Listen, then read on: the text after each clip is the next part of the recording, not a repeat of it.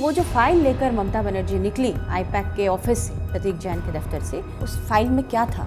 नेता जो होता है ना बहुत मैसेजिंग है, हो सकता है उसमें कुछ भी ना हो, एक हो मैसेज सकता था, है, हाँ। एकदम कुछ ना हो। देखिए मैसेज उनको वो जाने का मतलब था कि वो मैसेज देना चाह रही थी। एडवर्सिटी में बेस्ट प्लेयर है, मतलब बेस्ट फिनिशर है। वो शुरुआत में बहुत धीरे खेलती हैं, लेकिन जैसे जैसे इलेक्शन का टाइम नजदीक आता है उनका जो शॉट है वो बहुत तेज हो जाता है, बहुत शार्प हो जाता है। सबसे इम्पोर्टेंट था डिजिटल डिवाइस, जिसमें पूरा डेटा था, पूरी इंफॉर्मेशन थी। साथ ही साथ ये भी उसमें था कि जो पैसों का लेन देन हुआ। ये जो चुनाव के समय में चुनाव आयोग काम करे, ठीक है, प्रशासन काम करे, ये तो समझ में आता है। ये ईडी की एंट्री कैसे हो जाती है और ये इसकी टाइमिंग, मुझे सुमित जी हंसी आ रही है आपको, लेकिन बात सवाल गंभीर है। सवाल अच्छा है, सवाल गंभीर है। आपने अच्छा टर्न मारा है। ये कह रहे हैं मैं इसलिए हंसा कि मैंने बाइपोलर बोला, मुझे ट्रायंगुलर बोलना चाहिए। तीसरी पार्टी ईडी है क्या? ये ईडी की टाइमिंग जो है, आपको कुछ संदेह है इसकी टाइमिंग पर? ईडी अपना क्या काम कर रही है तो बाद में आप खुद ही बता देंगे। ईडी की टाइमिंग को लेकर आपका क्या कहना है, ये बताइए। तो मुझे ईडी की तरफ से बोलना है या फिर मैं नॉर्मल बोलूं? नहीं, आप ईडी की तरफ से क्यों बोल रहे हैं? आप ईडी के नहीं, इसको लेकर ईडी की टाइमिंग को लेकर सुप्रीम कोर्ट में भी ममता बनर्जी सरकार की तरफ से बाकायदा ये बात कहा गया कि जो मामला 2024 फरवरी में इसमें लास्ट गवाही हुई थी, उसके बाद से ही ये मामला ठंडा पड़ा हुआ था। लेकिन 8 जनवरी को अचानक ईडी के अधिकारी पहुंचते हैं, पश्चिम बंगाल सहित तमाम जगहों पे छापेमारी करते हैं और आईपैक पर सबसे इम्पोर्टेंट हाँ। क्योंकि ममता बनर्जी का साफ तौर पे ये कहना था कि टीएमसी का पूरा डेटा जो है वो आईपैक के पास है। ऐसे में ईडी का वहां पर छापेमारी करना कहीं ना कहीं संदेह खड़ा करता है और ईडी पर भी सवाल खड़े करता है। ईडी को लेकर लगातार सवाल उठते आए हैं, चाहे हम दिल्ली इलेक्शन की भी बात करें तो दिल्ली इलेक्शन में भी हमने देखा कि चुनाव से पहले किस तरीके से ईडी की कार्रवाई हुई, चाहे लीकर पॉलिसी की बात की जाए, सक्रियता तेज हो जाती है उनकी चुनाव के समय में ज्यादा। हाँ बिल्कुल, ये कहा जा सकता है। हालांकि इस बाबत ईडी का अपना तर्क है। ईडी का ये कहना है कि हम जांच करते हैं, जांच के दौरान हमें जैसे जैसे एविडेंसेस मिलते जाते हैं वैसे वैसे हम अपना एक्शन लेते हैं। इस दौरान भी ईडी का ये कहना था कि हमें एक इनपुट मिला था, इनपुट के आधार पर हमने छापेमारी की। हम अभी तफ्तीश अपना कर ही रहे थे, तभी ममता बनर्जी लाव लश्कर के साथ पहुंच जाती हैं, अपने बड़े बड़े अधिकारियों के साथ पहुंच जाती हैं और बाकायदा हमने इतना पार्शियलिटी किया था। ईडी का ये साफ तौर पे ये कहना था कि जो अधिकारी थे वो न सिर्फ हमारे ऊपर हावी होते हैं, बल्कि एक अधिकारी का तो फोन तक ले लेते हैं, उसके बाद फिर उसको दिया जाता है बाद में कि भाई हमारा क्यों फोन ले रहे हैं। काफी कन्फ्रंट्रेशन था बंगाल पुलिस और ईडी के बीच में। 3 अधिकारी जो थे, जिसमें से एक अधिकारी दिल्ली से ही यहाँ से गए हुए थे, उन पर सारे, चाहे डीजीपी की बात की जाए या कमिश्नर की बात की जाए या ममता बनर्जी खुद, इतना ज़्यादा हावी थी कि उन्हें काम करने नहीं दिया जा रहा था। ईडी का ये कहना है कि हमें काम करने देते, अगर चीज़ें नहीं मिलती, भाई ये तो जांच एजेंसी का काम है, जांच एजेंसी अपना काम करेगी। लेकिन इस तरीके से कहीं ना कहीं जिस तरीके से लाव लश्कर के साथ आप आते हो, इतना ही नहीं, एविडेंस के साथ खिलवाड़, क्योंकि फ़ोन प्रतीक जैन का, या हम बात करें वहाँ पे जितने एम्प्लॉय थे उनमें से लोगों का फ़ोन, जो डिजिटल आपका डेटा होता है, डिजिटल सबूत जिसको आप कहते हैं, उसको वहाँ से ले जाना, ये कहीं ना कहीं मंशा पर सवाल खड़ा करता है। और इसी को लेकर सुप्रीम कोर्ट में भी ईडी की तरफ से तर्क रखा गया था। ईडी को यहाँ पर राहत मिली है। जो एफआईआर दर्ज कराई गई थी ममता बनर्जी की तरफ से, 4 एफआईआर दर्ज कराई गई थी, जिसमें अभी फिलहाल रोक लगा दिया गया। हालांकि जवाब मांगा गया है, न सिर्फ ममता बनर्जी से बल्कि ईडी से भी जवाब मांगा गया है, क्योंकि जो राज्य सरकार का कहना था टाइमिंग को लेकर, जिस पर आपका भी कहना था कि भाई ये मेरा कहना नहीं है, ये जो मैं तो ऐसे एक चीज है, जैसे ये मामला जो है 2020 का है, जब 2020 में गोवा के चुनाव में कहा जा रहा है, जो आरोप है कि हवाला से पैसा गया, उस समय आईपैक को कौन देख रहे थे? प्रशांत किशोर।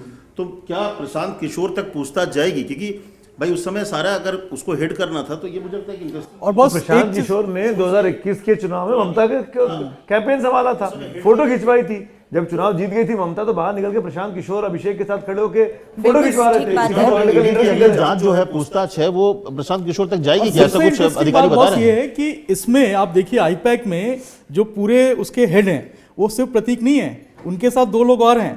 लेकिन आप सोचिए चेहरा कि प्रतीक है। चेहरा प्रतीक है, लेकिन रेड वो इसलिए क्योंकि एडवाइजर भी है, एडवाइजर भी है। और इसलिए। दूसरी बात यह है कि प्रतीक ही पूरा बंगाल चैप्टर देख रहे हैं। ये बहुत इंपॉर्टेंट है हमारे लिए, क्योंकि पहले भी 2021 का जो चुनाव हुआ था, प्रतीक का ही पूरा रोड मैप बनाया हुआ था और प्रतीक पे बहुत ज्यादा ममता डिपेंडेंट है। मतलब एक हम क्लोज फ्रेंड टाइप कह सकते हैं, वो हमेशा सजेशन लेते रहती हैं। और जो अनुज भैया बता रहे थे अभी कि जिस तरीके से ईडी की टीम पहुंची और ये सब हुआ, एक तरह मुझे लगता है भैया ये पावर टसल था कि मैं बड़ा या तुम नहीं, मेरे यहाँ एरिया पे एक चीज और है। पावर टसल बनाया exactly। इन्वेस्टिगेशन में पावर टसल दिखाया गया कि तुम मेरे इलाके में आके मेरी जांच नहीं कैसे कर exactly। सकते। ममता का वहां जाना वो दिखाता है कि तुम मेरे आगे में कैसे आ गए, सुमित जबकि उनको नहीं सर, जाना ईडी चाहिए। के अधिकारियों का ये कहना होता है कि बंगाल में काम करना बड़ा मुश्किल होता है। न सिर्फ वो जितने देर ऑफिस में बैठते हैं या घर जाते हैं, बहुत कम वो लोग बात करते हैं। उनका ये कहना होता है कि हम हमेशा डरे रहते हैं और इसीलिए ज़्यादा समय वो एक अधिकारी जो है ज़्यादा समय बंगाल में नहीं बिताता, पश्चिम बंगाल में। उनका ये कहना होता है कि कहीं ना कहीं हमें शक होता है कि हमारी जासूसी की जा रही है, कोई है जो हमें देख रहा है।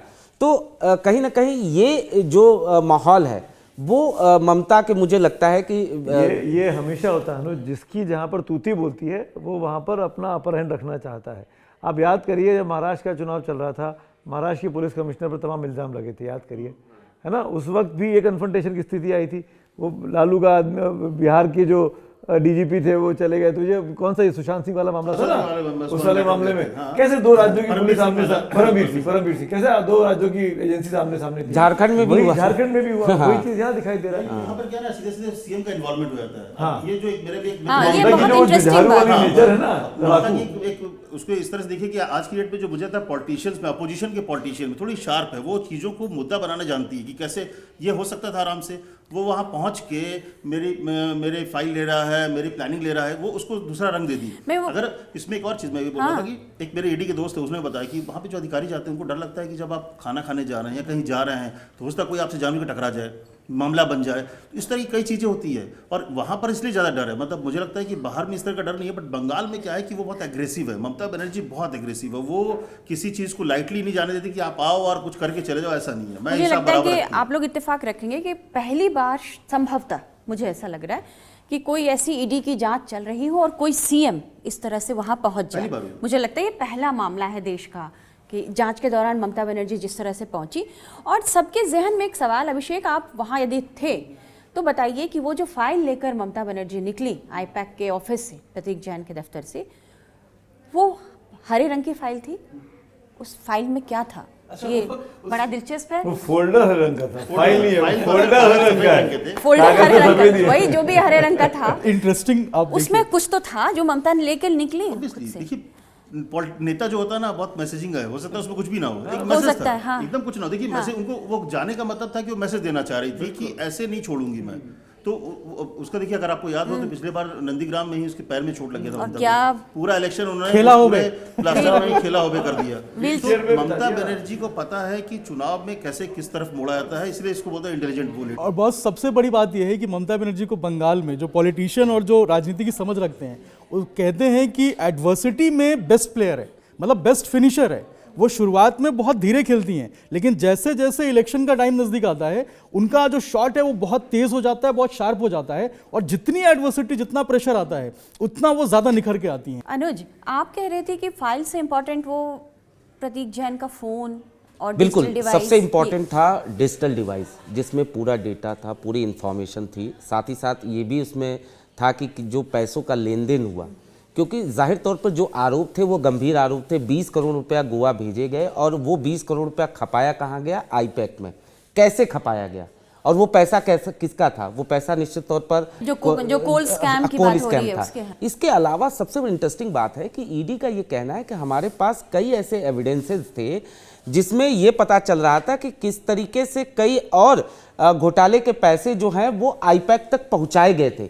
इसकी इंक्वायरी अभी हम शुरू ही करते कि उससे पहले ममता बनर्जी पहुंच जाती हैं। सवाल यहाँ पर यह है ममता बनर्जी की मंशा पर कि अगर कोई जांच एजेंसी जांच कर रही है तो उसे आप जांच करने दीजिए। हाँ बिल्कुल, जांच एजेंसी की तरफ से। और जांच एजेंसी बाकायदा एक साथ न सिर्फ पश्चिम बंगाल की बात करें बल्कि कई राज्यों में उनकी ये छापेमारी चल रही थी। केवल 3 ऑफिसर पहुंचे थे वहां पर, 3 ऑफिसर पर आप इतना ज़्यादा फोर्स लेकर पहुंच जाती हो, उन्हें आप जांच नहीं करने देते हो, तो ये कहीं ना कहीं सवाल है, बड़ा सवाल है। और इसी को लेकर सुप्रीम कोर्ट में भी तुषार मेहता ने साफ तौर पर कहा, न सिर्फ यहाँ पर मैं उस दिन की बात करूँ, बल्कि हाई कोर्ट में जब मामला था, जब हाई कोर्ट ईडी पहुंची थी, उस दौरान भी किस तरीके से हंगामा किया गया, उसको लेकर भी कई ऐसे एविडेंस मिले, सबूत मिले कि बाकायदा व्हाट्सएप ग्रुप बनाए गए, बाकायदा लोगों को बुलाया गया, टीएमसी के वर्कर जो हैं वो लॉयर के भेष में कोर्ट में पहुंच जाते हैं, हंगामा शुरू कर देते हैं, सुनवाई नहीं होने देते हैं। इसके पीछे क्या वजह है? सीधी सी बात है, सवाल यही है ना ईडी के अधिकारियों का कि भैया हम तो जांच एजेंसी हैं, हमें अपना काम करने दो, कुछ गलत है तो कोर्ट है ना, कोर्ट में आप आओ, बात करो, लेकिन आप हमें जांच ही नहीं करने दे रहे। ये भी तो सच्चाई है, सॉरी मैं बीच में इंटरवीन कर रहा हूँ। पिछले 5-7 सालों में जब से ईडी का पॉलिटिकल तरीके से इस्तेमाल होने लगा, ये इल्ज़ाम लग रहा है, तब से जितने पॉलिटिकल लीडर्स को ईडी में पूछताछ के लिए बुलाया गया, जब वो पूछताछ से निकल के आते हैं तब वो आप उनसे बात करिए कि क्या होता है अंदर, तो बताते हैं। ऐसे तमाम मित्र आ रहे हैं हम लोगों के जो ईडी की पूछताछ में गए हैं और जो बताते हैं कि बुलाते हैं 15-15, 10-10 घंटे बिठा के रखते हैं और पानी तक नहीं पूछा जाता, कोई सवाल जवाब भी नहीं हो रहा। ये भी नहीं कि आपको टॉर्चर कर रहे हैं, आपको बुला के बंद कमरे में अकेले बिठा दिया, फ़ोन नहीं दे रहे हैं आपको आपके हाथ में, आप खाने जाना है कि नहीं जाना है, टॉयलेट जा सकते कि नहीं जा सकते, मेंटल ट्रॉमा देते हैं इस तरीके से। और ये पॉलिटिशियंस हैं, जो वो पॉलिटिशियंस हैं जो 2 बार 3 बार के सांसद या एमपी या पॉलिटिकल लाइफ में रह रहे हैं। तो जो ईडी के अधिकारियों पर इल्ज़ाम लगता है, मुझे नहीं पता कि कितना सच है कितना झूठ है, ये उन दोनों के बीच की बात है, पर ये कहानियां भी आती हैं सामने। तो उस पर एक चीज़ है, जैसे ईडी के मतलब 2 लोग जानने वाले दोस्त लोग भी हैं जो रहे हैं, उनका कहना है कि एक तरह का ये आरोप तो है जो कि पॉलिटिकल पार्टी जब इस चीज़ को कर रही है और नेता को बुलाएंगे तो पॉलिटिकल आरोप लगेगा, लेकिन ये एक साइकोलॉजिकल भी गेम होता है उनका। आप अक्सर जो होते हैं कि थोड़ा साइकोलॉजिकल, अगर आप उस गड़बड़ हैं तो थोड़ा प्रेशर जब पड़ता है, दबाव पड़ता है तो आप जल्दी टूट जाते हैं। तो ये भी तरीका होता है कि 2 दिन 3 दिन आप इसको थोड़ा सा हरास करो, इस तरह से करो ताकि वो चीज़ों को बोले। फिर वही बात है ना, जैसे कि देखिए अगर आपने उनसे कोई इन्फॉर्मेशन निकलवा ली है तो कितने ईडी के द्वारा दायर किए गए मामले निष्कर्ष तक पहुंचे, बताइए ना। 0.03% डेटा, ऑफिशियल डेटा है भाई। ईडी छानबीन करती है, जांच करती है, 96-97% लोग आज तक FIR नहीं हुई, आज तक मुकदमा नहीं हुआ। तो ये तो इसका मतलब पॉलिटिकल टूल की तरह इस्तेमाल किया जा रहा है। ये तो ममता कह रही है, यही ममता कह रही है। नहीं, इसमें ईडी का सिर्फ पॉलिटिकल नहीं है। अगर हम पिछले कुछ सालों में देखें तो ईडी ने सिर्फ पॉलिटिकल मामलों में इन्वेस्टिगेशन नहीं की, कई ऐसे मामले मैं पॉलिटिकल की बात कर रहा हूं। हाँ, जैसे मैं इन जनरल क्राइम से रिलेटेड की बात नहीं कर रहा हूं। मैं इस पूरी कहानी मुझे चुनाव वाली है एजेंसीज को लेकर आपको याद होगा यूपीए के टाइम में सुप्रीम कोर्ट, बिल्कुल ये मुझे लगता है सरकार जो है सबने इस्तेमाल होती है। मैं तो तब बोला था, मैं तो भरी प्रेस कॉन्फ्रेंस राहुल गांधी से पूछा था मनमोहन सिंह के वक्त पे, क्या आप ये दिल पे हाथ रख के बोल सकते हैं, आप दिल पे हाथ रख के बोल सकते हैं कि सीबीआई का आप इस्तेमाल नहीं करते हैं? राहुल गांधी कुछ नहीं बोल पाए, चुप हो गए थे। जो भी मुझे लगता है कि जो भी पॉलिटिकल पार्टी है वो सब पर इस तरह के आरोप लगते रहते हैं कि ये राजनीतिक इस्तेमाल होता है ईडी का, चाहे सीबीआई किया ना अपने साथ अधिकारी को लेके गई, अपने साथ डीजीपी को, चीफ सेक्रेटरी को साथ लेकर गई जब वो उसके घर में पहुंची है। साथियों, हम दिल्ली ऑफिस पहुंच गए थे, ईडी के ऑफिस। हम वापस बंगाल चलते हैं। सुमित जी, आपके पास आती हूँ। ये प्रधानमंत्री नरेंद्र मोदी की एक बड़ी रैली हुई है रविवार को अभी सिंगूर में। सिंगूर वही जगह है जहाँ से ममता बनर्जी को पश्चिम बंगाल की सत्ता हासिल हुई। जो भूमि अधिग्रहण का आंदोलन था सिंगूर, उसके बाद नंदीग्राम, और इस आंदोलनों से ममता बनर्जी एक ऐसा प्रमुख चेहरा बनकर के उभरी कि उन्होंने वाम दलों की सत्ता उखाड़ फेंकी। प्रधानमंत्री नरेंद्र मोदी की सिंगूर से रैली को, उसको आप कितना महत्वपूर्ण मानते हैं और वहाँ से क्या संदेश देने की कोशिश की गई है ममता बनर्जी को?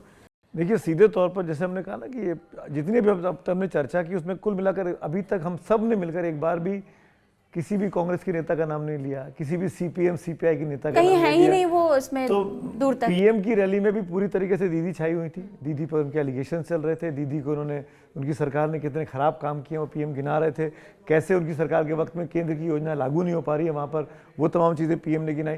पर मैं एक चीज़ इससे इन सब के बावजूद ऐड करना चाहता हूँ, जो बात अभी अमित बोल रहे थे ना कि वो ममता बनर्जी जो है वो एक शार्प और बड़े इंटेलिजेंट पॉलिटिशियन है, और ममता बनर्जी जानती है कि लड़ाई को किस तरीके से लड़ा जाता है। छोटी छोटी घटनाएं, वो खुद मुख्यमंत्री होकर प्रोटेस्ट पे चल देती हैं, मुख्यमंत्री होकर वो सड़कों पर धरना दे रही हैं और चारों तरफ पुलिस वाले खड़े हुए हैं, और पुलिस के अधिकारी साथ में चल रहे हैं, प्रोटेस्ट में उनके साथ पार्टिसिपेट कर रहे हैं। लग रहा है कि वो सरकार की रैली हो रही है। सरकार किसके खिलाफ रैली कर रही है भाई? अगर आपको मोदी जी के खिलाफ रैली करनी तो दिल्ली आकर करो ना, जनता वो आरजीकर जो मेडिकल केस था उसमें भी यही देखा, उसमें भी वो सड़क पे उतर जो गई उनकी जवाबदेही बनती है, उस जवाबदेही में वो कैसे दूसरे के ऊपर जिम्मेदारी डालनी चाहिए, इसमें ममता बनर्जी बहुत स्मार्ट है। वो टिपिकल खाटी पॉलिटिशियन है।